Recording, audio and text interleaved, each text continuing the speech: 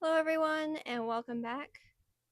I apologize beforehand if this chapter is a bit info dumpy. I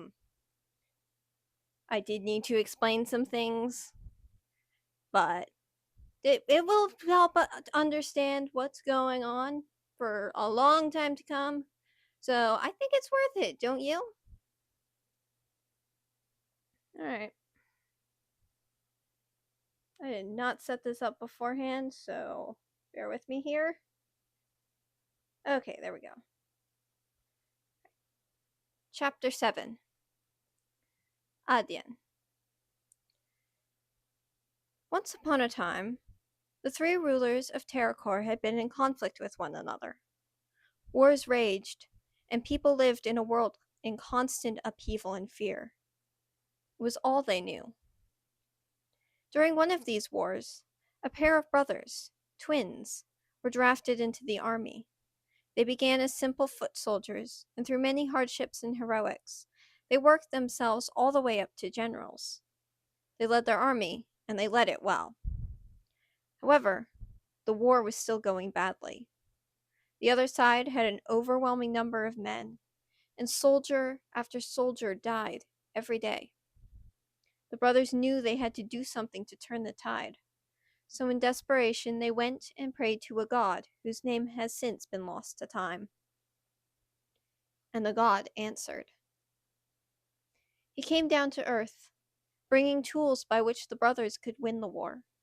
To one brother, the god granted the ability to kill with just a touch. To the other, he granted the ability to heal. Through these means, they could destroy all who stood against them and heal their own soldiers so their numbers would not suffer. By this method, they finally put an end to the war. After the brothers died, their powers didn't disappear. Once a generation, a single set of twins would be born with the powers the brothers had once wielded. The next set would not receive the power until the previous set had died. This generation, the lucky pair, were Aster and I.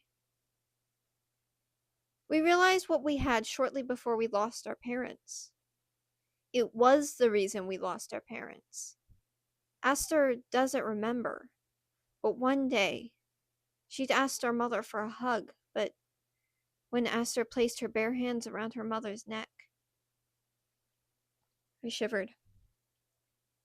I didn't know why I still remembered that when my sister didn't, but I had to make sure it stayed that way. It would break Aster if she learned what she'd done. I pulled my knees up to my chest. I'd gone stonily silent after Lars had revealed that he knew about our powers. After a few more questions and another bout of kicking, he had me dragged back to my cell. Every inch of my body ached, but I'd held firm. Lars still didn't know where Aster was. Even so, I would have to make doubly certain it stayed that way. Learning that Lars wanted to use Aster's power for his own ends had made me all the more determined to keep her hidden. There were things about the powers he didn't know about, things that we hadn't known about until we'd experienced them for ourselves. Things like consequences. Not one piece of research I'd found on the powers had ever mentioned the toll they took on the body when we used them. But every time I used my power to heal, I felt it taking something from me. My life. Every time I healed, I sacrificed a little tiny bit of my lifespan. Aster would outlive me at this point, so I needed to be careful. As for Aster, she had to be even more cautious than I. Her ability to kill damaged her very soul, tearing it apart piece by piece, leaving behind nothing but shards. She would lose all ability to feel emotion, to be kind, to even be human. I couldn't let that happen.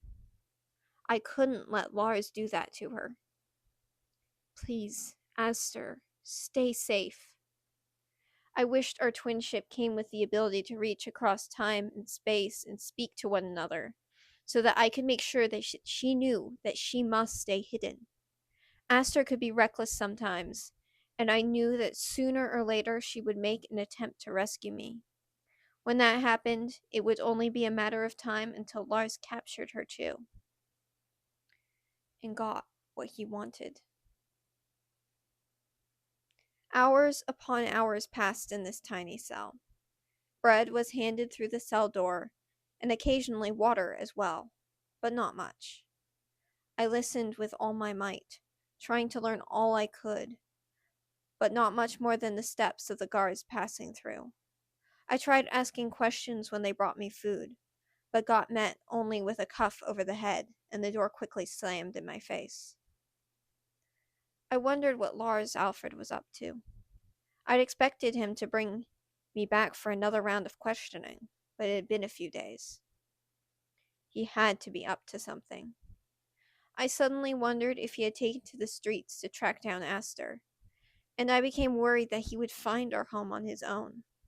While it could easily be overlooked, a watchful eye would easily be able to spot the only battered and broken shop in the middle of so many flashier storefronts. But there was nothing I could do. The chains around my wrists were never removed, and so any chances of escape flitted through my mind and out again, dismissed as fantasies. Ultimately, all I could do was wait. If Aster showed herself and Lars captured her, it wouldn't be long until I heard of it.